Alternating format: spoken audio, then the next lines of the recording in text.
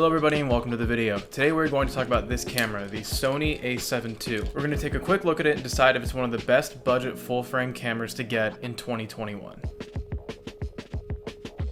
This is the Sony Alpha A7 II. It released in December of 2015, making it just over 5 years old. It's a compact 35mm full-frame mirrorless camera.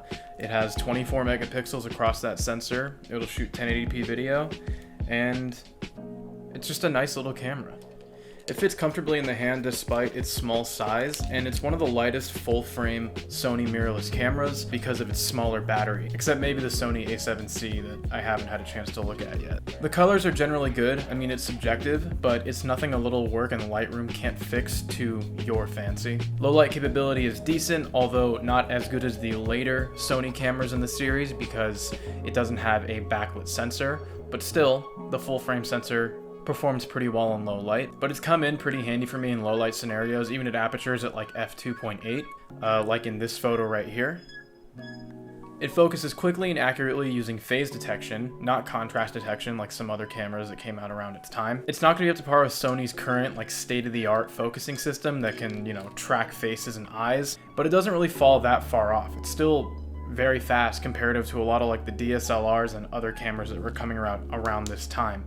Even now. There's also a wide variety at this point of lenses that support Sony's full-frame EF mount that you can choose from. I'm a huge fan of what I have on here right now. It's the Zeiss 35mm f2.8. I don't know if they're making this one anymore, but there is a somewhat equivalent made by Sony, the 35mm f1.8 that replaced this. They're both compact and small, and it's a really good street photography solution because, I mean, look at that. I've taken a lot of really good photos with just this combination right here, and I'll throw them up throughout the video so you can see the quality for yourself. If you're on a tighter budget and you just want to kind of invest in the camera body only, you could grab Sony's Nifty 50. It's a 50 1.8, I think it's around $250. It'll allow you to do a lot more low light shooting than you would with like the kit lens that they would pair this with, which I don't recommend getting. Only buy the body and save the other money towards a better lens. Another fun thing to do with this camera is adapt film lenses over to it if you're on like a really tight budget with something like this adapter right here. This is a PhotoZ MD to NEX adapter. NEX was Sony's previous mount, but it has the same mount. So this Minolta Rocore 50mm 1.4, I got it for $80 used. I got this adapter, like I mentioned before, for $13. Tie them together, and just like that, I have a 50mm 1.4 lens for less than $100. Yeah, I can't autofocus, but if you're doing portraits of people, they're not going to be moving around like crazy anyway, right? So here it is with the Minolta 50 1.4 on it. Still small, still light, and I can get great photos out of it. Most autofocusing 50mm 1.4s are going to be huge. Apart from like that one that Canon sells, is pretty small. But most of the other like high-end ones are going to be really big and heavy. This one just feels good in the hand, and it was cheap. The A7 II, I believe, is an overall comfortable shooting experience. The menu system may not be very pretty, and it might not be so user-intuitive as like a Canon counterpart, but the camera does get the job done a lot better than similarly priced new APS-C cameras out there today.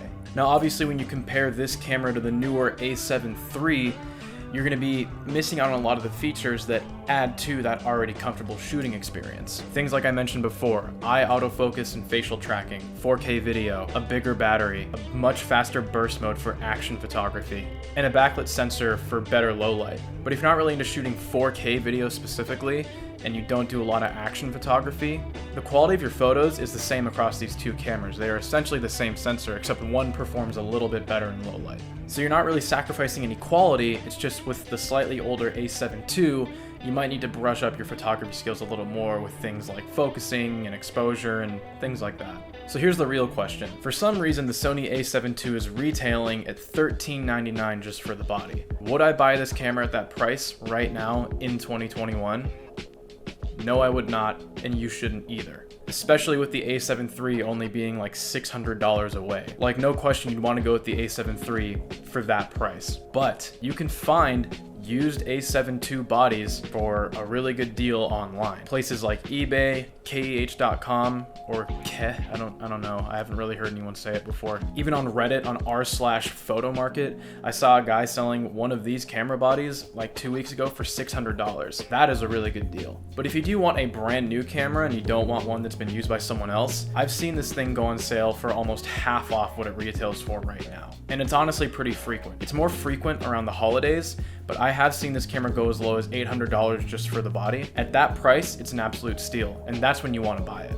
With my experience working in a retail camera shop for just under 5 years, Sony drops the price of this camera pretty frequently. You do want to keep an eye out. I would suspect this camera is going to go back down in price probably a couple weeks from now. That's just how the trend has been going. I mean, even if you can get this camera body for $900, I still think it's a good deal. Now, some of you might be asking me this question. Hey Tanner, what about the Canon RP? It's a much newer camera, is under $1,000, and you don't need to wait for it to go on sale. It has 26 megapixels, it can do 4K video. Why would I waste my money on a camera from 2015 where I can get this one for less money that does more? Well, the real answer is that you're right. You could absolutely grab the Canon RP for a really good price, and on paper, it is a much better camera than the A7 II. I mean, there was that whole debacle with it couldn't do 1080p at 24 frames a second or something when it came out, but that was fixed with the software update. That's not a big deal. It seems like it's a pretty good camera on paper right now. I've had a little bit of experience with the RP, but I haven't really spent a lot of time with it. I've just shot with it like a very, very small amount. So here's why I personally still choose the A7 II over the Canon RP. Well, one, the Canon RP lacks physical in-body stabilization. The Sony A7 II has the 5-axis stabilization. I know the RP has digital stabilization, but I've heard mixed reviews about it. Stabilization is really important when it comes to video mainly, but it can also help when you're taking photos. That's really the only thing that camera is lacking in comparison to the A7 II. This is just kind of like my reasoning, so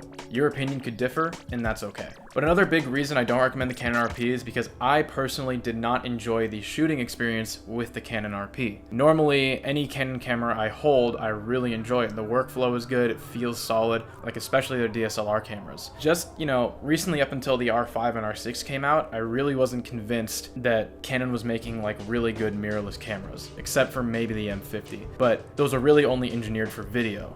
When it comes to taking photos with them, I just wasn't comfortable with it. Not like I didn't know what I was doing or I couldn't figure the camera out, but taking a photo just didn't feel good on the Canon RP because the shutter felt so weak and tinny. This might be a minor complaint to anybody out there watching this video, but some photographers I think will resonate with this. There's nothing better than hitting the shutter release and having a good clunk when you take a photo, and it feels like you just took the photo. When I was using the RP, it was almost like haptic feedback, which actually I think is some kind of technology like that because there's no actual shutter apparently. It felt so disconnected and dissatisfying to take a photo on that compared to, on my A7 II. So granted, the A7 II shutter doesn't feel amazing, but I can feel it.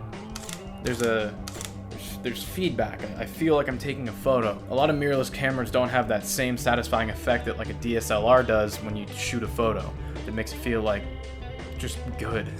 So the RP lacked that, and I wouldn't want to carry that around with me.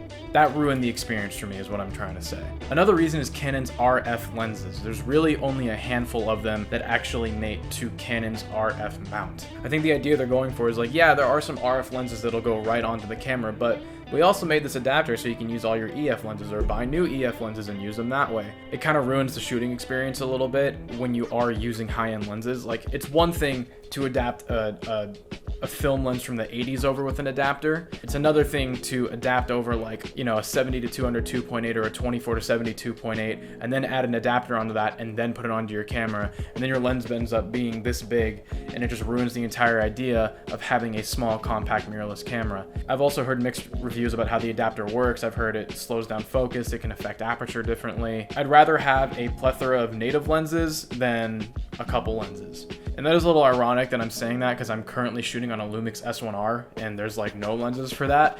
But in terms of getting a budget camera and a budget setup, you want as many options as you can handle, Basically, the Canon RP is a better camera on paper, and it honestly probably most definitely outperforms the A7 II. I couldn't get comfortable with it, or more so I just couldn't be satisfied with it. It's just not for me. I'd rather have the Sony A7 II when it's on sale. But maybe I do need to take it out and shoot with it for a whole week and change my mind. I've really only had it in my hands for a couple hours at a time. The bottom line here is I don't think you're making a difference with either of these cameras. Okay, I don't know why I used the phrase making a difference. I meant that you wouldn't be disappointed with either of these cameras. Not sure what was going on there. Sorry. But my ultimate recommendation is the A7 II. If you are on a tight budget, I mean. Also, I just have a lot of sentimental value with this camera specifically. It's the first full-frame camera I ever bought on my own, before I was borrowing my mom's because she's also a photographer. I scrounged up all the money that I had saved before I bought this because my friends and I were going on an impromptu Portland road trip because my other friend's family got an Airbnb up there and we were able to go stay there for 5 days, and I'd never been there before and I heard it was amazing for photos, which it is, and I want to go back. So basically I took all the money I had in my account, I bought this camera and that Zeiss lens, and then I shot photos for a week in Portland with like $30 in my account. So I don't know, it's just a very special camera to me. I've also had it since 2017. I've had no issues with it whatsoever. It's well built, decently weather sealed. It handled all the drizzle and rain in Portland just fine, or the 2 times I took it to Portland and then Seattle and then Japan, and it's a really good little camera. So anyway, I hope you guys enjoyed this video. A quick look at the A7 II in 2021. Please let me know what you think. Let me know what camera you want to get in 2021. Let me know what camera you bought before you went on your impromptu trip and only had $30 in your account in that place. Please consider leaving a like, please consider subscribing, and just leave any feedback for me. Any feedback really helps me motivate to keep making these videos. So yeah, anyway, thank you guys so much for watching, and I'll see you next week with another video. Bye.